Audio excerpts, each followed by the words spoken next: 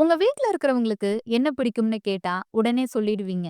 ஆனா உங்ககிட்ட ஒரு கேள்வி. உங்களுக்கு என்ன பிடிக்கும்? கடைசியா எப்ப நீங்க மத்தவங்களுக்காக இல்லாம, உங்களுக்காக ஒரு விஷயம் செஞ்சீங்க? யோசிச்சு பார்த்தா பதில் சொல்ல நம்மகிட்ட வார்த்தை இருக்காது. ஏன்னா, நம்ம மத்தவங்களுக்காக வாழ பழகிட்டோம். நமக்காக வாழ மறந்துட்டோம் இல்லையா? காஃபி கப்ல வர அந்த ஆவியும், தோசைக்கல்ல இருந்து வர அந்த சத்தமும், இதுதான் ஒரு பெண்ணோட உலகம்னு நம்ம நெனைக்கிறோம். ஆனா அந்த சத்தங்களுக்கு இடையில நம்மளோட கனவுகள் மெதுவா கரைஞ்சு போயிட்டு இருக்குன்னு உங்களுக்கு தெரியுமா?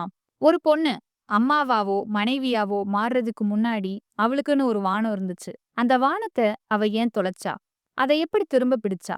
அதான் இன்னைக்கு நம்ம பார்க்க போற கத. சுமதி ஒரு நடுத்தர குடும்பத் தலைவி.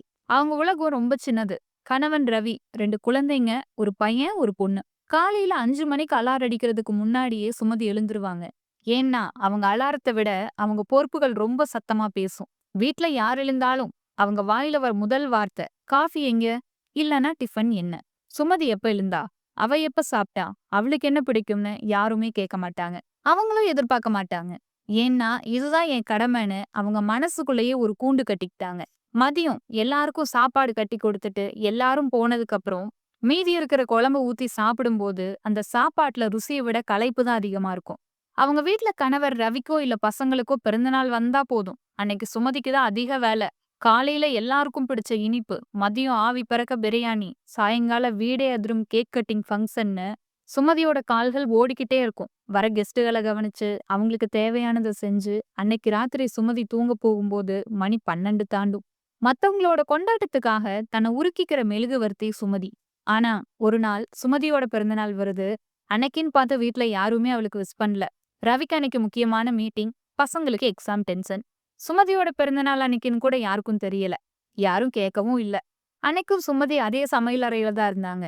ஆனா, மத்தவங்க பிறந்தநாளுக்கு செஞ்ச அதே இனிப்போ, பிரியாணியோ அன்னைக்கு அந்த கிச்சன்ல இல்ல. வெறும் உப்மா மட்டும் தான் தட்டுல இருந்துச்சு. அன்று மாலை மனசு பாரமா இருந்த சுமதி வீட்ட சுத்தம் செய்றாங்க. அப்ப மேல இருந்து ஒரு பழைய மரப்பெட்டி எடுக்கும்போது, கை தவறி ஒரு கண்ணாடி தட்டு கீழ விழுந்து உடையுது. அந்த சத்தம் கேட்டு வீட்ல இருந்தவங்க ஓடி வந்து, "என்ன சுமதி இப்படி பண்ணிட்ட? பார்த்திருக்க கூடாதான்னு" தான் கேட்டாங்க. யாருமே உன் கையில அடி எதுவும் படலையேன்னு கேட்கல. உடைஞ்சது தட்டே இல்ல, சுமதியோட மனசு. அழுதுட்டே அந்த இடத்த சுத்தம் பண்ணும்போது தான், அந்த பழைய ட்ரங்க் பெட்டிக்குள்ள ஒரு ஓவிய நோட்டும், டைரியும் இருக்கிறத பார்க்குறாங்க. 15 வருஷத்துக்கு முன்னாடி சுமதி வரைஞ்ச ஓவியங்கள் அது. ஒரு ஓவியத்துல ஒரு பறவை வானத்துல பறக்கிற மாதிரி வரைஞ்சிருந்தாங்க.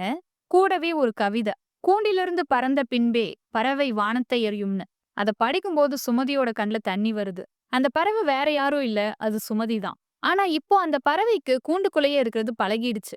அன்னைக்கு அவங்களுக்குள்ளேயும் ஒரு கேள்வி வருது. இந்த வீட்ல நான் ஒரு மெஷினா? இல்ல ஒரு மனுஷியா?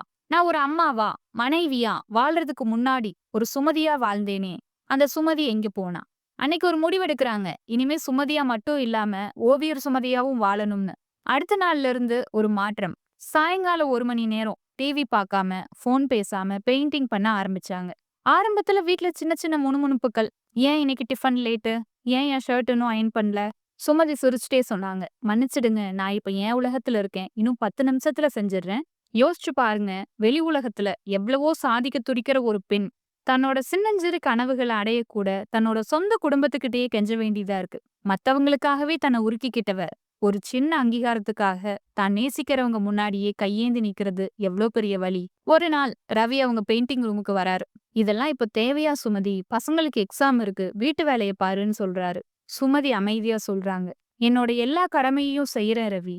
ஆனா எனக்குன்னு ஒரு ஆசை இருக்கு. அதுக்காக 1 மணி நேரம் ஒதுக்குறது தப்பா?" ரவிக்கு என்ன சொல்றதுன்னு தெரியல.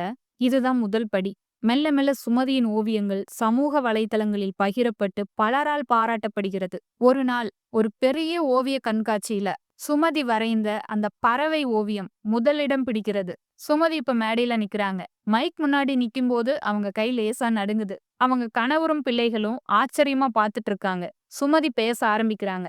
"இன்னைக்கு இந்த விருத வாங்கும்போது எனக்கு சந்தோஷத்த விட ஒரு சின்ன வலி தான் முன்னாடி வந்து நிக்குது. இந்த 15 வருஷத்துல என் பிள்ளைகளோட ஃபர்ஸ்ட் ரேங்க கொண்டாடினப்போ நான் என்ன மறந்தேன். என் கணவரோட ப்ரொமோஷனுக்காக கோவில் கோவிலா ஏறினப்போ நான் என்ன மறந்தேன். நம்ம ஊர் பெண்களுக்கு ஒரு பழக்கம் இருக்கு. குழம்புல உப்பு கம்மியா இருந்தா அது எங்களோட தப்பு. ஆனா எங்க வாழ்க்கையில சந்தோஷமே கம்மியா இருந்தாலும் அதையும் எங்களோட தப்புன்னு நினைச்சு தலையில சுமந்துட்டு இருப்போம். கிச்சன்ல இருக்கிற கடுகும் சீரகமும் தான் என் உலகம்னு நினைச்சேன். ஆனா இன்னைக்கு தான் புரியுது. அந்த 4 செவுத்துக்கு வெளியிலயும் எனக்குன்னு ஒரு வானம் இருக்குன்னு." சிறிது நிறுத்தி கணவர பார்த்து கண் கலங்கி, என்னங்க, இந்த ட்ரெஸ் நல்லா இருக்கான்னு நான் கேட்கும்போதெல்லாம், நீங்க நல்லா இருக்குன்னு சொல்லியிருக்கீங்க.